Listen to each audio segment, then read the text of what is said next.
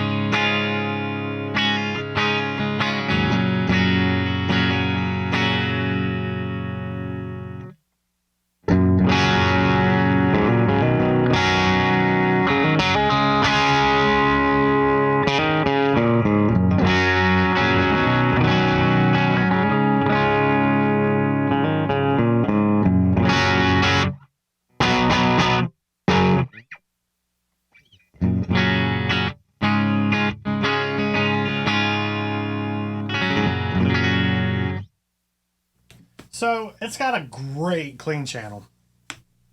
I think that sounds really, really good. This could be a great pedal platform, and we'll experiment with that, a little bit later. With the Klon, when I turned it on, it's just a huge boost, so we'll have to play around with the volumes and adjust it there. As you can see, the volume on the clean channel is only at 9 o'clock. And to me, it sounds incredible. So let's go ahead, switch over to the dirty channel, and twist some knobs and see what happens.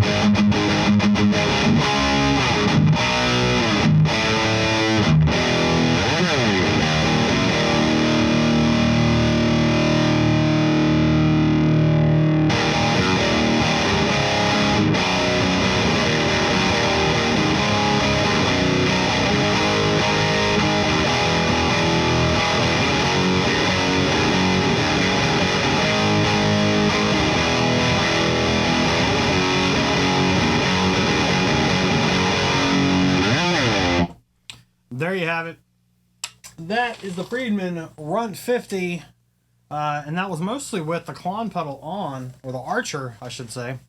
You know, this thing really sounds really, really good. It out of the box, it definitely has a little less gain than I initially thought it would. So that was kind of a little letdown. But there's a nice compression when you kick the pedal on. With the built-in boost, it compresses it just right. It's got a good saturation and a good thickness to it. It's kind of chewy. I'm kind of surprised at how tight this amp it really is for kind of what it is. To me, it reminds me of kind of like a Super Lead. You know, it's kind of got that edginess to it, that sharpness. The gain kind of sits right about that same ballpark for that style of an amp. So, you know, I don't know if it's based kind of on that or what. Definitely the JJ has a little more gain to it than this would. Obviously the new Jakey Lee has a lot more gain on tap. So I don't know. I don't think this is anywhere near the BE status. But the Runt 50 is really nice, man. I've really been eyeing it for a while. It worked out for me that Sean had one and he wanted to trade. So kudos to Sean Ward at Ward Guitar Cabs. So tell me in the comments below what you guys thought overall, and we'll see you in the next one, because I think that's when we're gonna do a shootout with the hot mod. We'll see how well that sounds in it. Some people online say that's the bee's knees for this amp. So stick around, stay tuned. We'll see you then.